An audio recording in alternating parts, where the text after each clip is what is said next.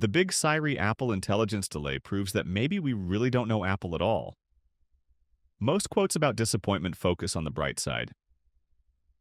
Disappointment is a detour on the road to success, said Zig Ziglar. Maybe he's right, but when the disappointment leads to an immutable fact or harsh realization, there may be no coming back from it.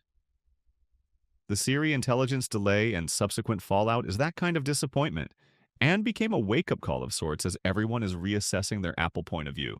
I'm sure by now many of you have read the various analyses and excoriations of Apple's failure to deliver on its Apple Intelligence and Siri promises.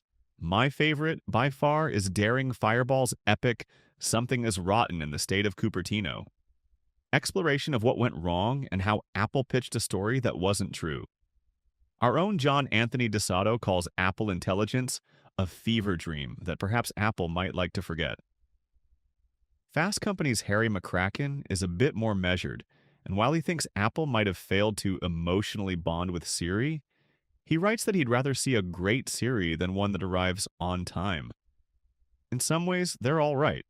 Apple is the most credible tech company on the planet. It did overpromise and create this mess, and sure, I'd like to see the very best Siri possible, and honestly have no choice but to wait for it. But my disappointment is rooted in something far deeper and more disturbing than just Siri. The long wait for a smarter Siri. I've been chatting with Siri for almost 15 years and in the early days was impressed with its almost conversational capabilities. I wrote in detail about its numerous brain transplants and speech updates. Even as Alexa overtook it, I knew we were still in the horse and buggy stage of AI, and I waited patiently for the magic I knew only Apple could bring. My patience began to wane during the early days of the AI revolution, as OpenAI and ChatGPT took the world by storm, and then Microsoft supercharged awareness with Bing AI and eventually Copilot. Apple seemed to be sitting on its hands as Google and Samsung showed off impressive native AI feats and apps on the web and in Galaxy and Pixel phones, respectively. WWDC 2024 changed all that and gave me hope that Apple was in the AI race, but there were worrisome signs even back then that because, well, it was Apple, I chose to ignore or forgive. Chief among them was that Apple was quickly ceding key AI elements to the competition. The integration of ChatGPT and Google for complex natural language prompts was seen as a win, but it was also Apple throwing up its hands and saying, "Here, you handle this." Anything more complex than "Hey Siri, play my Pump Up playlist" is handed over to ChatGPT.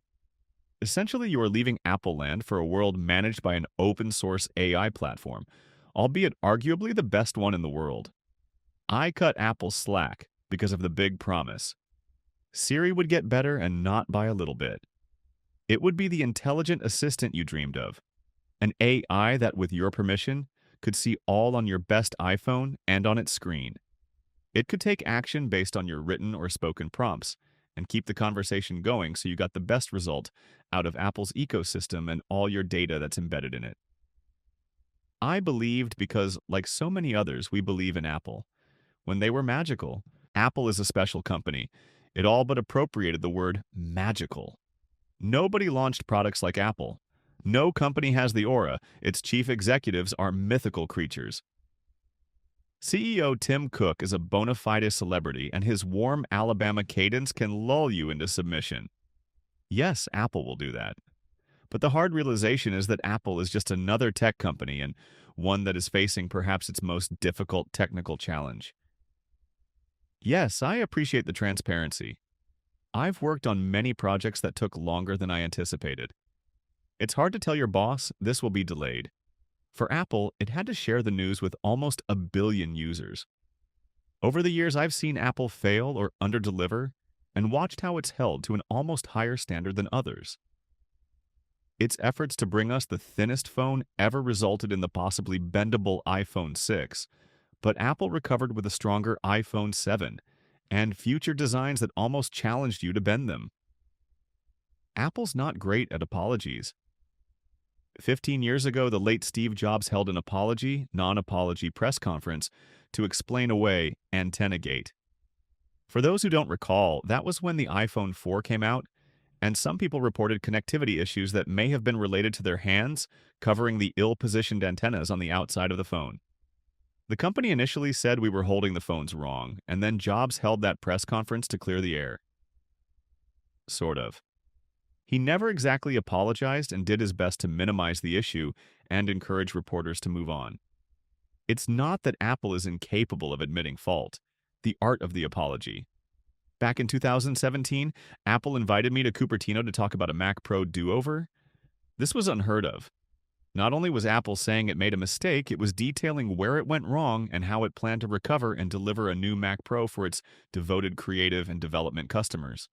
Oddly, what I did not take away from that day is that Apple is fundamentally a company like any other, with hits and misfires and delays and struggles. Similarly, I did not take Apple Intelligence promises with a grain of salt. Even as the company slowly stepped its way through delivering fresh AI updates, I waited patiently and confidently for the big Siri update. I did have some frustration and tried in my own way to cajole Apple into action. Even though Apple operates in secret, rumors and leaks are surprisingly precise about future activities. And for the longest time, they had the big Siri reveal pegged to iOS 18.4. When that didn't come, I was confused. And when Apple admitted that the update would be delayed to in the coming year, I was surprised and upset. That's when it finally sunk in. My understanding of Apple as this precise and near perfect and well-oiled machine was, if not wrong, artificial. Yes, it is a massive and highly accomplished company with a spectacular campus that has done more to change the world than most, but it's also a gigantic enterprise of regular people operating in a demanding corporate bureaucracy trying to solve difficult engineering and programming challenges. Some of that is in evidence if you go by the latest Apple leak from Bloomberg, which describes an internal Apple meeting that sounds very much like your typical frustrated tech company leadership. I don't know what went wrong, if it was the scale of the problem, the lateness of Apple's AI start, or someone inside overpromising about what they could deliver and when, but I should not have been so surprised. Apple's not special, it's just a great company that often delivers great things. And sometimes it doesn't, and we have to accept that.